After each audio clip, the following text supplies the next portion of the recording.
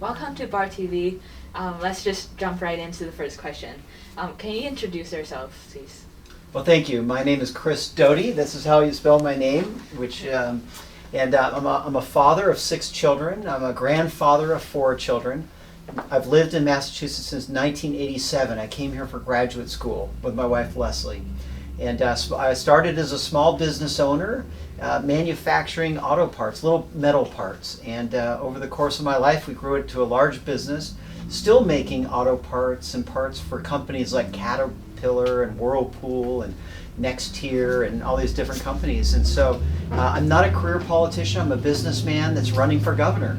Yeah, great. Yeah, so one of the things you're wondering is, when was the moment when you decided that I want to be a governor? This state needs someone like me. I wouldn't say it's a moment. It's been a life story. It's my life story that when I was young, in my early 20s, I went to Argentina and spent 2 years there, and it was coming out of socialism. If you might remember world history with the Perón family, they were socialists.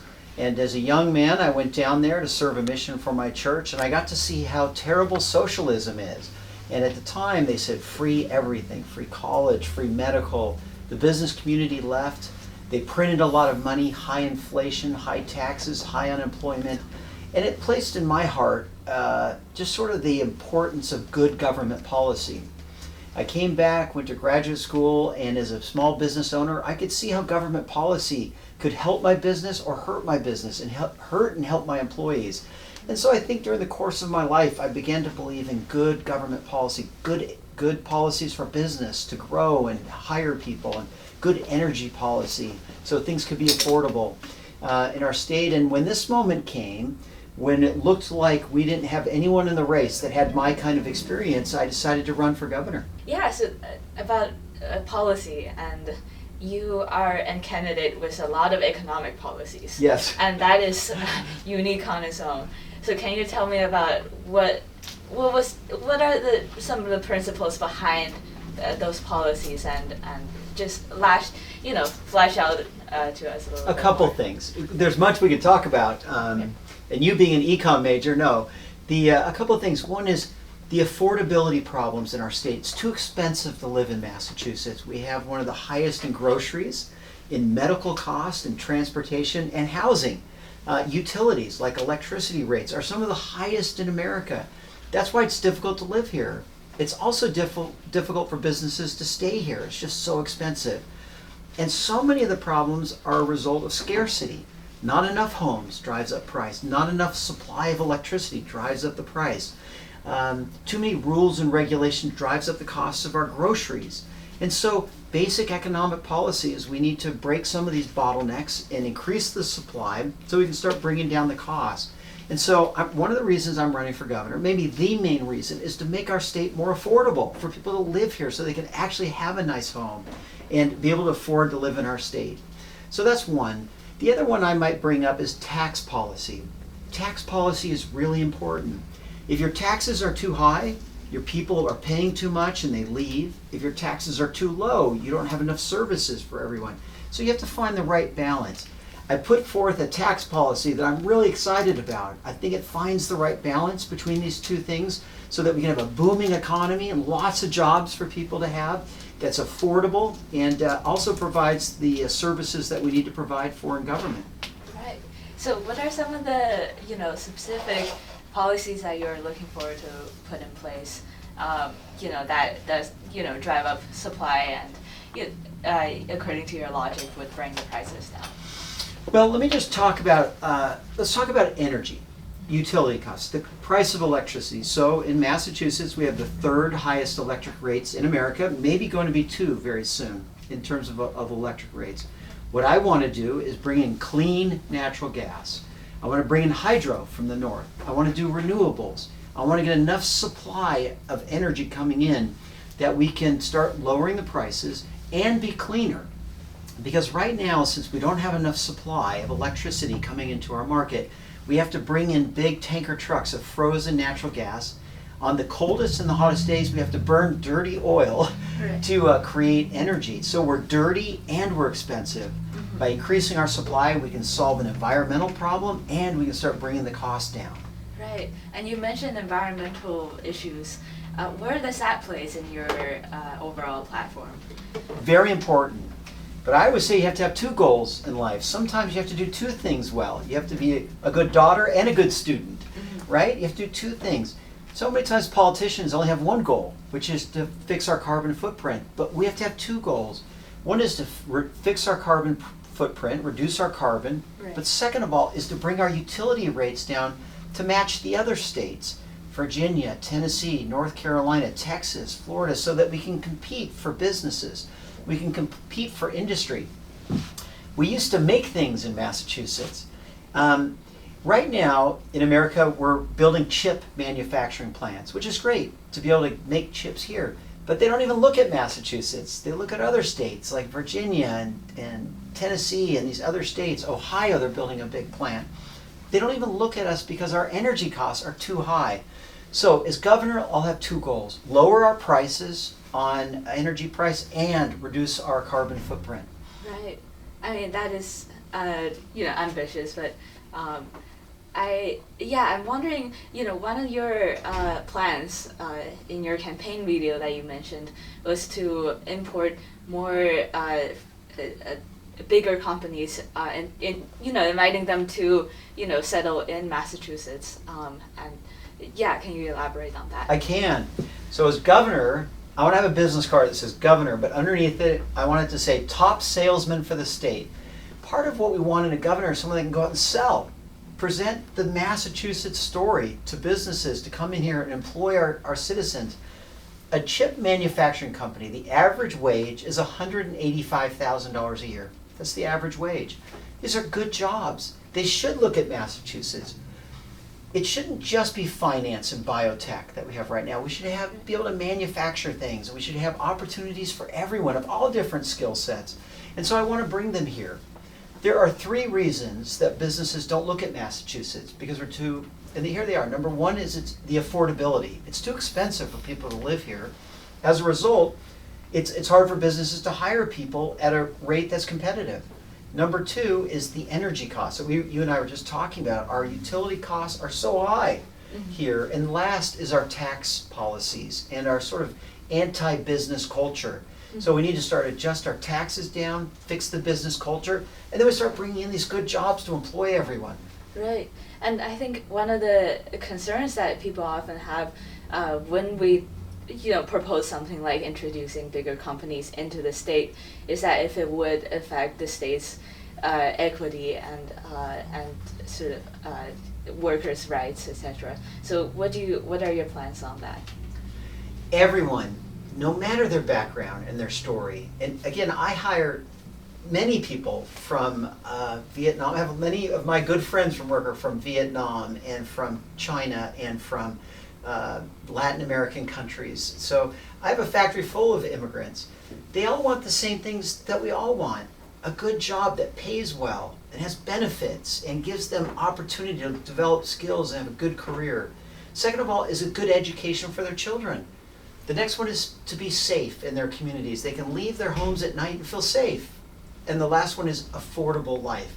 They want to be able to have enough money from their jobs to pay for things and that things aren't too expensive, like groceries and housing and those things. I want to do that for everyone in Massachusetts. I want everyone to prosper and to have all four of those things. As governor, I will measure myself against those. I'll ensure that everyone that lives in our state has those four things: the good jobs and good education, a safe community, and an affordable life. Right. And can you just elaborate a little bit more on what a good job means? What does it mean for for a worker to be working in a good job? It means that you have options to other jobs, right? That you're not there's enough jobs that you get to choose the one you like. It means that's what a good economy is that you have the freedom of choice. They're not just stuck in one job because that's the only thing available and all your neighbors are losing their jobs. Where the economy is strong enough that there's good jobs popping up all around you. And so you can choose the job that you like and is the right one for you. So to me, having lots of jobs is what a good economy looks like. I want you to feel like you have lots of good choices. And for everyone to feel like, oh yeah, here's what I'd like to do next, and here's the right job for me. Well, it sounds like you're, coming from a really good point. I guess a good place, that's what I mean. And I just wanted to say, ask a little bit more on the taxes policies. So would you envision, some people are concerned that, lowering taxes would affect some of the programs that the government is running that are helping people who are, low income or desperately in need. So how would you respond to that? I would say we have enough money. Right now there's a surplus of $3.5 billion. That's with a B, billion dollars of extra money. Other states in America have lowered their taxes. Since inflation hit, over 30 states in America have started lowering their taxes.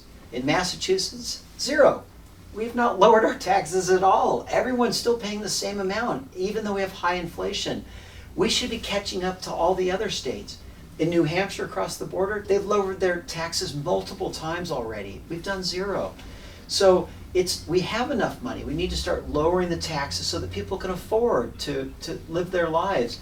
I talked to this man the other day, and every day he goes into the store at Market Basket and he buys a pastry, and the pastry used to be $3.99. It's now $4.99 in just 1 year. It's those kind of things that, it's cost so much more here. We should be lowering our taxes. We're far behind everyone else. Mm-hmm. On day 1 on the job, I'm going to go in and start looking at how we're spending our money and start lowering our taxes. Here's an interesting number. 10 years ago, we were spending about $30 billion in our state house. In the last 10 years, we've gone up from 30 to 52 billion. Our population has grown 1%. We're spending and wasting too much money in our state house. We should be lowering taxes and giving it back to everyone, and then helping our economy grow. Right. And where do you think is the biggest place where we're wasting money on? There's a little bit of a lot of areas. Right now, there is a committee in the legislature. It's called the Tax Expenditure Commission. The purpose of this commission is to find creative ways to tax you and me. That's the purpose of this. They find ways to tax us. I want to get rid of that commission, and I want to replace it with a commission that finds ways to reduce our taxes, not to find new ways to tax us. There are taxes that you and I don't see that go into grocery stores, into trucking firms, and distribution. That's why you and I have some of the highest grocery prices in America. New Hampshire, across the border, has some of the lowest prices for groceries, because there's all these hidden taxes that you and I don't see that cause us to pay so much more than everyone else in America does. Right. So I want to go behind the scenes and work on these things, lowering all these taxes so our groceries can come down to the average of the U.S.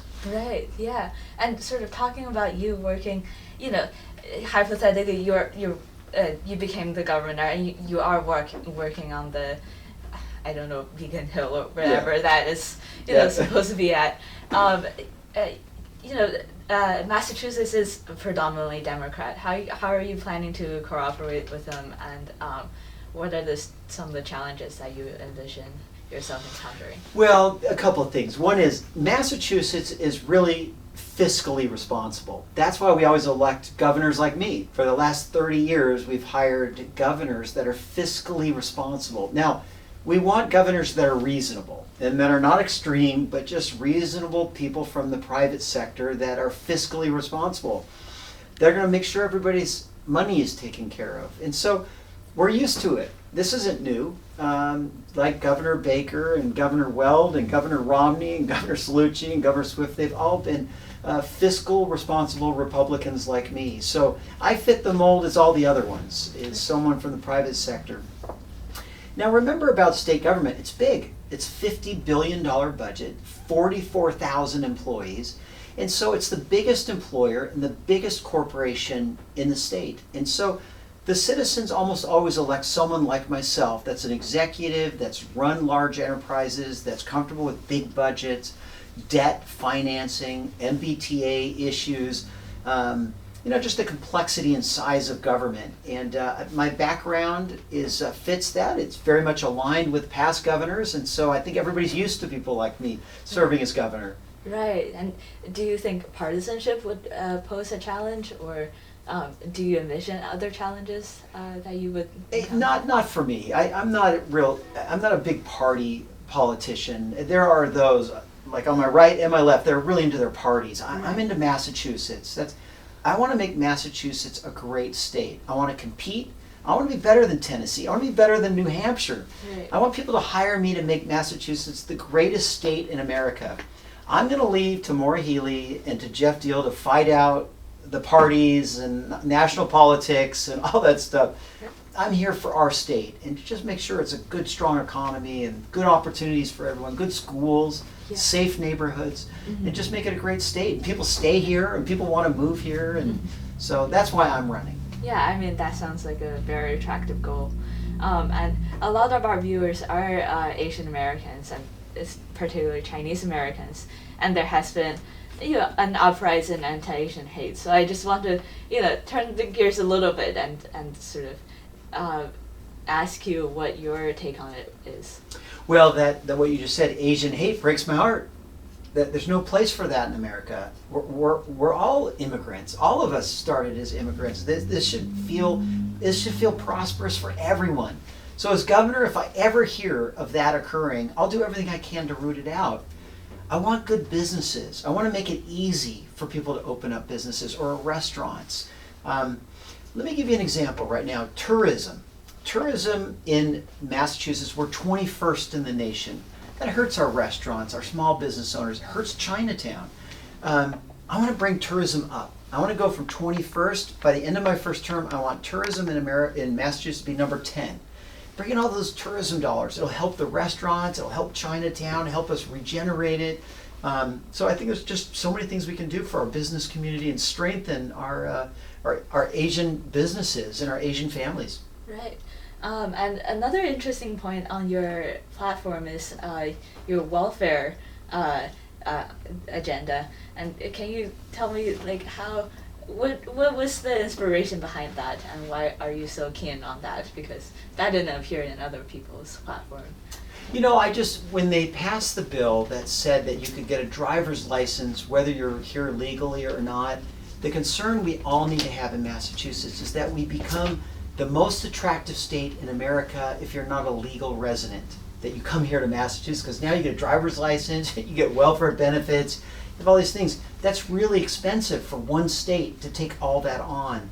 So what I was trying to show to everyone, and I don't think it's a number one issue, but what I was trying to show is that when we give away driver's licenses to everyone, and particularly they look identical, that we need to make sure that we don't attract everyone crossing the border to our state. That we say, okay, at least on welfare, we're going to double check to make sure that you're eligible for welfare benefits. Well, this has been a real treat to be here. My name's Doughtyd. I'm running for governor of Massachusetts. I'm a businessman, I'm a father, I'm a grandfather. I am not a career politician. I am running to solve 3 problems, and I want to be hired as your next governor to solve these problems. Number 1, affordability. It's too expensive to live in Massachusetts. It's just too expensive. Groceries, housing, transportation, you name it. We're paying more than most all Americans. I want to make it more affordable to live here. Number 2 is I want to make sure we're not overspending and overtaxing in the State House. I believe we are. We need to begin lowering taxes. Day 1, I want to start reducing taxes so people have more money to put in their pockets. It's an important part of what a governor does. Lastly, we need to have 2 parties in the State House. We need to have a progressive party, which we have in the legislature. It's the most progressive legislature in America. But we also need a fiscally responsible governor that makes sure that it's affordable and that we're not overtaxing and overspending. Between these 2 ideas of spending all the money and saving all the money is where we find good governance. 2 different thoughts, 2 different ideas. That's where the truth lies. On November the 8th and September the 6th, we're all going to have to make a choice. Do we want single party monopoly control, or do we want 2 parties in the State House? We've had 2 parties for 30 years. Do we want to now go to a single party monopoly in the State House? We don't. There's not one state in America that this was better for. Having the balance, a check and a balance on these two ideas of overspending and saving money has been what's made Massachusetts so great and so attractive, and we don't want to lose it. And I ask for your vote that we can keep the balance in the State House. Thank you.